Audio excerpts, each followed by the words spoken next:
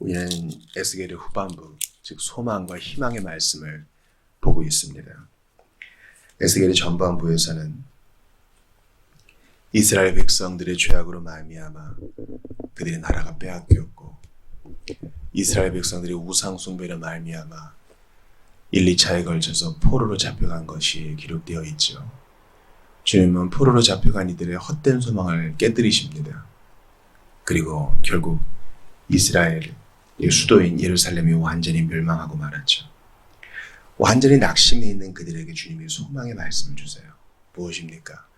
36장부터 이어지는 은혜 언약의 말씀이 선포되는 거예요. 내가 너에게 부드러운 마음 줄 것이다. 내가 너에게 고기와 맛 같은 마음을 줄 것이고, 너에게 나의 영, 성령을 부어주어서 이전처럼 죄를 짓게 하지는 않을 것이다. 너는 그러할지라도, 여전히 부족할지라도 내가 하겠다. 내가 하겠다. 주님이 말씀하세요. 그리고 너는 기도해야 할 것이다. 내가 기도시킬 것이다. 기도를 통해 이 일을 이룰 것이다. 이게 이제 에레미야, 에스겔의 은혜 언약의 말씀이고, 이것을 예수님이 온전히 이루셨죠. 우리 힘으로 뜻으로 안 되는 것을 주님이 이루신 것을 바로 은혜 언약이라고 합니다. 그리고 나서 40장과 41장에서 이 성전의 환상이 보여져요. 오늘 본문만 봐도 이게 몇 척, 저게 몇 척, 두께가 어떻고 길이가 어떻고 넓이와 너비가 어떻다는 것이 자세히 기록되어 있죠. 이것은 우리가 성경 전체를 이해해야 어렴풋이 알 수 있는 개념이라고 할 수 있습니다. 지난번 이 시간에도 말씀드렸다시피 성경의 처음과 끝은 성전에 관한 것이에요, 여러분. 이해가 되세요? 성경의 시작은 무엇입니까? 창세기죠. 창세기 에덴 동산은 하나의 성전이었어요. 거기서 지음받은 첫사람은 제사장이었습니다. 동산을 경작하고 주님 맡겨주신 일을 하는 것이 바로 그 히브리어가 실제로 성막과 성전에서 제사장들이 주님을 섬길 때 쓰는 그 용어와 같다 그랬어요. 그들이 범죄하니까 어떻게 돼요? 에덴 동산에서 쫓겨난 것은 성전의 제사장직을 박탈당하고 주님의 임재로부터 쫓겨난 것이죠. 성경의 마지막은 어떻게 끝납니까? 그렇죠. 새 예루살렘으로 끝나죠. 그것은 하나의 성전이었어요. 성읍 전체가 하나의 성전이었습니다. 해가 쓸데없는 어린 양이 친히 해가 되어주시는, 거긴 지성소도 없어요. 누구나 다 주님을 아련할 수 있는 아름다운 도성, 새하늘과 새 땅, 온전한 새로운 성전의 완성으로 성경이 끝나는 것입니다. 예수님이 이 땅에 오셨어요. 공생의 기간에 예수님이 여러분 왜 십자가 달리셨어요? 예수님의 죄목이 뭐예요? 바로 성전을 모독했다는 것이죠. 예수님 그것 때문에 재판에서 사형죄를 언도받으셨어요. 성전을 모독했다, 이 사람이. 두 증인이 와서 거짓 증거를 하잖아요. 뭡니까? 이 남자가, 이 거짓 선생이 성전을 지으면 자기가 다시 지을 수 있다 그랬다. 사실 이것 때문에 스테판도 죽은 거죠. 그놈의 성전 때문에 예수님이 돌아가신 거예요. 근데 예수님은 뭐라 그러셨어요? 자기의 몸을 가지고 그 말씀을 하신 것이죠. 요한복음 2장에 나와 있지 않습니까? 이 성전을 허물어라. 그럼 내가 사흘 만에 다시 지으리라 한 것은 그의 몸이 대적자들에 의해서 쓰러지고 십자가에서 죽임당할 것이지만 인류의 죄를 용서하시고 사흘 만에 부활할 것임을 얘기합니다. 그러니까 여러분, 이 유비를 잘 기억하셔야 돼요. 우리가 지금 보는 에스겔의 환상, 하필 왜 성전의 회복인가? 그것은 오실 예수 그리스도를 보여주는 거예요. 오실 예수 그리스도. 예수님이 자기를 향하여 내가 성전이다 그러셨으니까. 그래서 이 측량하는 자가 하나하나 다 재잖아요. 다 재고. 왜 재요? 이미 건물이 있어요. 이미 건물이 있다고요. 다 지어진 성전으로 이 하나님의 사자가, 혹은 이제 육화하신 그리스도라고도 할 수 있는데, 이 사람이 에스겔을 데리고 하나하나 보여주면서 치수를 다 재. 뭐예요? 정확하지? 정확하지? 빈틈이 없지? 이걸 보여주는 거예요. 이것도 있고 저것도 있어. 에스겔은 제사장 가문인데 한 번도 성전 일을 해본 적이 없어. 왜냐면 포로로 잡혀가지고 제사장에 대해서 섬길 나이에 이미 성전은 파괴되고 없어요. 처음 성전 보는 거예요. 근데 기존 성전보다 더 크죠. 뭔가 달라요. 그러니까 우리가 이 40장, 41장의 성전을 볼 때, 모세의 성막과 솔로몬의 성전과는 좀 다른데? 왜 그래요? 그것이 바로 오실 예수 그리스도를 보여주기 때문이에요. 성전은 예수 그리스도를 가리키고 있습니다. 이 말씀을 기억하세요. 이 성전을 허물어라. 그러면 내가 사흘 만에 다시 지을 것이다. 요한이 얘기합니다. 이것은 곧 그의 몸된 성전을 가리켜 말한 것입니다. 그럼 이걸 조금 더 확장해 보죠. 우리가 지금 오늘 문을 열 때 찬송을 불렀잖아요. 교회의 참된 터는 우리 주 예수다. 여러분께 질문할게요. 교회는 예수 그리스도의 몸입니다. 3절 가사 보니까 땅 위의 모든 교회 주 안에 있어서 하늘의 성도들과 한 몸을 이루네. 예수님은 교회의 머리가 되시고 성전 대신 예수님은 교회의 머리가 되시고 우리는 그 몸의 지체예요. 이 세상에 있는 모든 교회, 모든 성도들은 머리 대신 예수님을 모시고 있는 한 몸입니다. 자, 그럼 이런 논리적 결론에 이를 수 있어요. 우리가 지금 40장, 41장에서 회복된 이스라엘의 모습, 은혜 언약의 결론을 보는데 그것이 성전으로 드러나요. 그것은 에스겔이 오실 예수님에 대해서 미리 선포하고 있다고 볼 수 있어요. 측량해보니까 하나도 빈틈이 없거든요. 선지자들이 예언하고 아버지 하나님께서 약속해 주신 바에서 한치도 어긋남 없이 정확하게 오셔서 정확하게 죄사함을 이루신 바로 그분. 또한 우리는 그분의 몸으로서 우리도 주 안에서 이렇게 빈틈이 없는 자로 온전한 자로 치수를 재어보니까 모자람이나 남는 것이 없는 온전한 자로 지음을 받은 그분의 몸이에요. 성전 되신 그분 안에서. 그래서 아가서를 보세요. 아가서를 보시라고요. 아가서에서 남자가 여자에게 뭐라 그래요? 여자의 몸을 구석구석 얘기하면서 그 모든 것이 다 아름답구나 이렇게 얘기해요. 배꼽도 아름답고 목덜미도 아름답구나. 이게 뭐예요? 그냥 단순히 자기 부인 자랑하는 게 아니에요. 구석구석이 다 아름답다고 얘기하는 것은 신랑 되신 예수님께서 교회를 보시며 41장으로 데려가시는 거예요. 이 벽 두께도 보니까 온전하고 건물도 보니까 외벽도 온전하고 뜰도 온전하고 오늘 보니까 상도 온전하구나. 그러니까 40장, 41장을 해석하기 위해서 많은 주석가들이 다 애를 썼는데 우리가 기억해야 될 것은 하나의 어부에 빠져서는 안 되고요.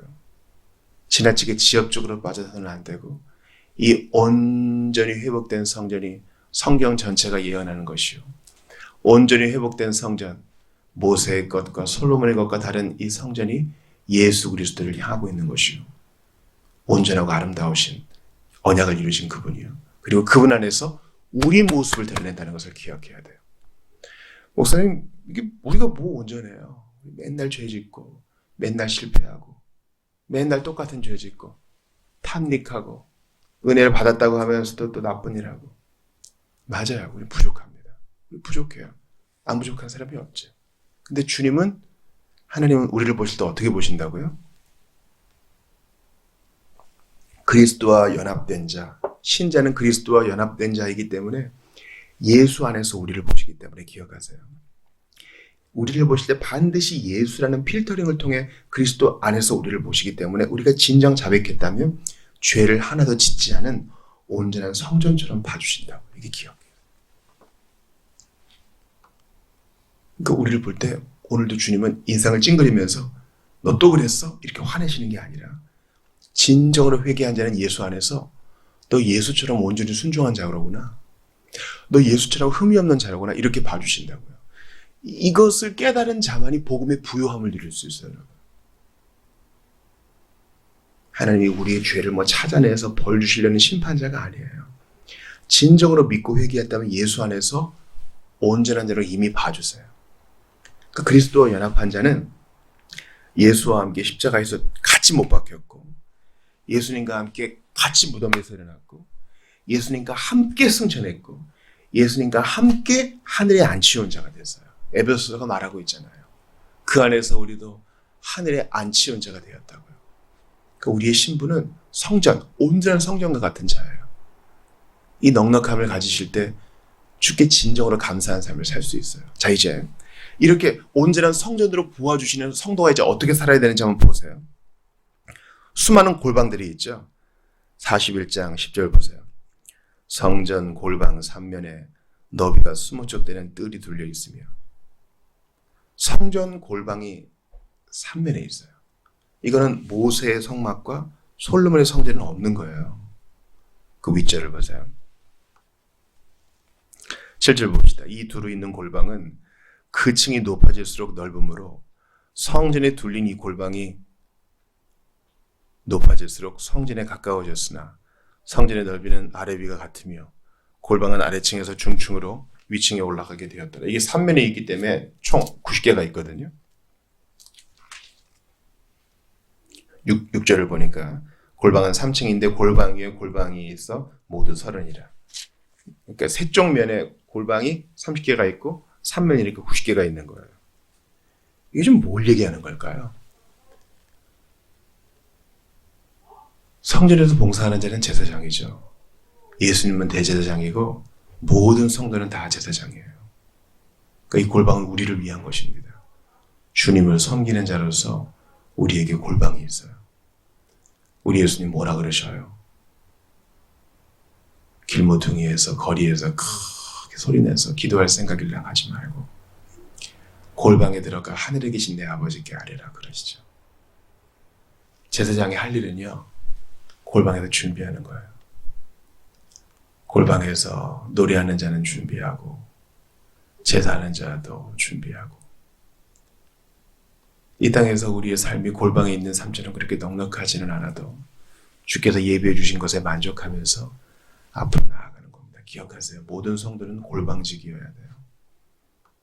이것은 온전한 성전이 보여주는 예입니다.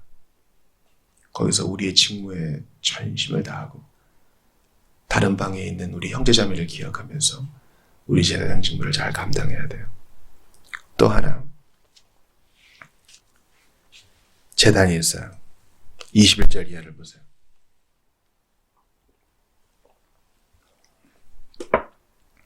외전 문설주는 네모졌고 내전 전면에 있는 양식은 이러하니 곧 나무 제단의 높이는 3척이요 길이는 2척이며 그 모퉁이와 옆가면을 다 무엇으로 만들었더라? 나무로 만들었더라. 그가 내게 이르되 이는 여호와 앞에 상이라 하더라.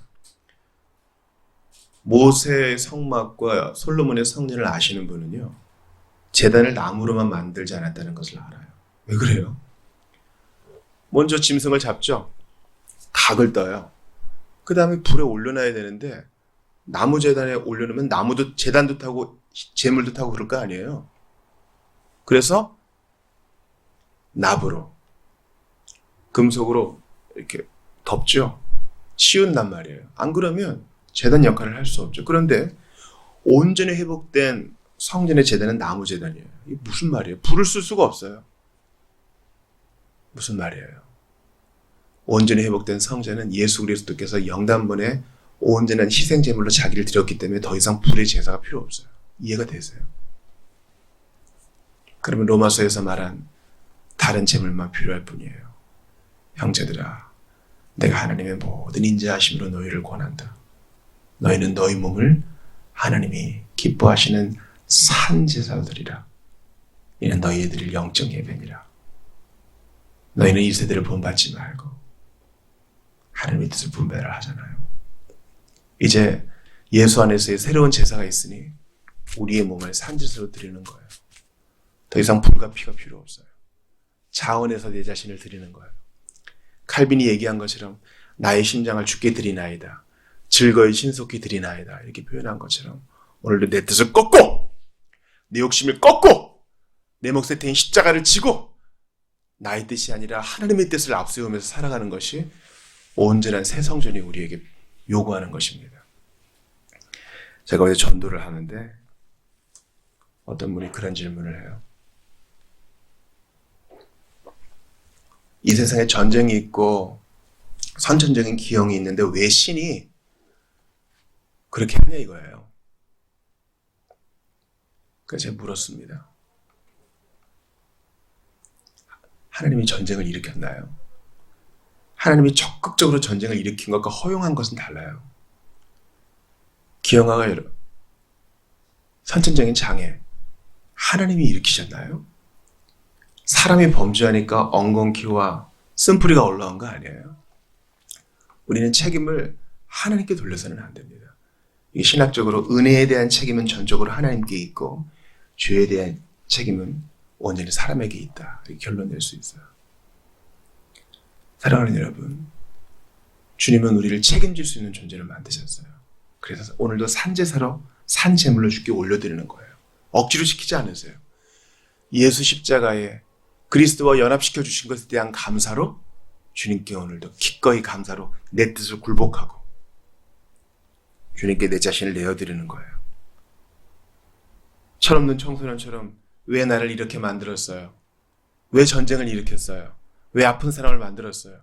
따지는 게 아니라 하나님의 뜻에 굴복하며 즐거이 신속히 나무제단에 내 몸을 내어드리는 것입니다. 이 일을 가능케 하시기 위해서 십자가에서 보혈 흘려주신 예수님을 깊이 묵상하며 오늘도 성전 되신 예수님 안에 거하고 나를 성전 삼아주신 주님께 내 자신을 내어드리는 여러분 다 되시기를 주의 이름으로 축원합니다.